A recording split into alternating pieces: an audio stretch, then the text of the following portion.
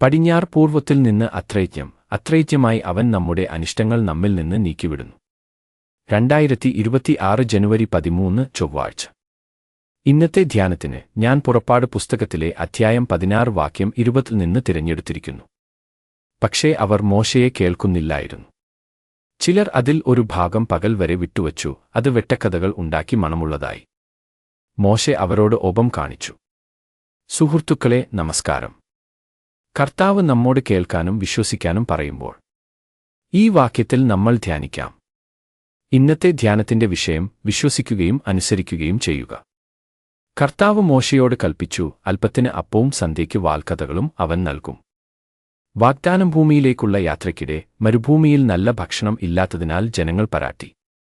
കർത്താവ് അവരുടെ പരാട്ടം കേട്ടു. മന്നയും വാൽക്കഥകളും നൽകുമെന്ന് കർത്താവ് വാഗ്ദാനം ചെയ്തു. ഓരോരുത്തരും ആ ദിവസത്തെ ആവശ്യമനുസരിച്ച് മാത്രം എടുക്കണമെന്നും അധികം എടുത്ത് അടുത്ത ദിവസത്തേക്ക് സൂക്ഷിക്കരുത്, അത് കുളിരുമ്പാകുമെന്നും മോശയോട് കൽപ്പിച്ചു. മോശെ ഇത് ഇസ്രായേൽ ജനത്തോട് പറഞ്ഞു. പക്ഷേ ചിലർ കൂടുതൽ ശേഖരിച്ച് അടുത്ത ദിവസത്തേക്ക് സൂക്ഷിച്ചു. പക്ഷേ വെട്ടക്കഥകൾ ഉണ്ടായി മണമുള്ളതായി. മോശെ കോപം കാണിച്ചു. മോശെ കോപം കാണിച്ചത് അത് വ്യർത്ഥമായതുകൊണ്ടല്ല, കർത്താവിന്റെ കൽപ്പന അനുസരിക്കാത്തതുകൊണ്ടാണ് മോശെ കോപം കാണിച്ചത്. കർത്താവിനെ വിശ്വസിക്കാത്തതുകൊണ്ടാണ്. സുഹൃത്തുക്കളെ, കർത്താവ് എന്തെങ്കിലും പറയുമ്പോൾ നമ്മൾ ചെയ്യേണ്ടത് 2 കാര്യങ്ങളാണ്.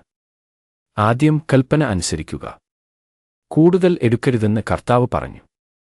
ആ കൽപ്പന അനുസരിക്കേണ്ടതായിരുന്നു. അതിന് അവർ കർത്താവിനെ വിശ്വസിക്കേണ്ടതുമായിരുന്നു. അടുത്ത ദിവസവും അവൻ നൽകും. അവർ കൽപ്പനയും അനുസരിക്കാതെയും കർത്താവിന്റെ ശക്തിയിലും വിശ്വസിക്കാതെയും ഉന്നു. ഇന്ന് നൽകിയ ആ കർത്താവ് നാളെയും നൽകാൻ ശക്തനാണ് എന്ന് അവർ വിശ്വസിച്ചില്ല. സുഹൃത്തുക്കളെ, നമ്മുടെ ജീവിതത്തിൽ ചില വെല്ലുവിളികൾ നമ്മൾ നേരിടുന്നു. നമ്മൾ കർത്താവിന് മുന്നിൽ വരുന്നു.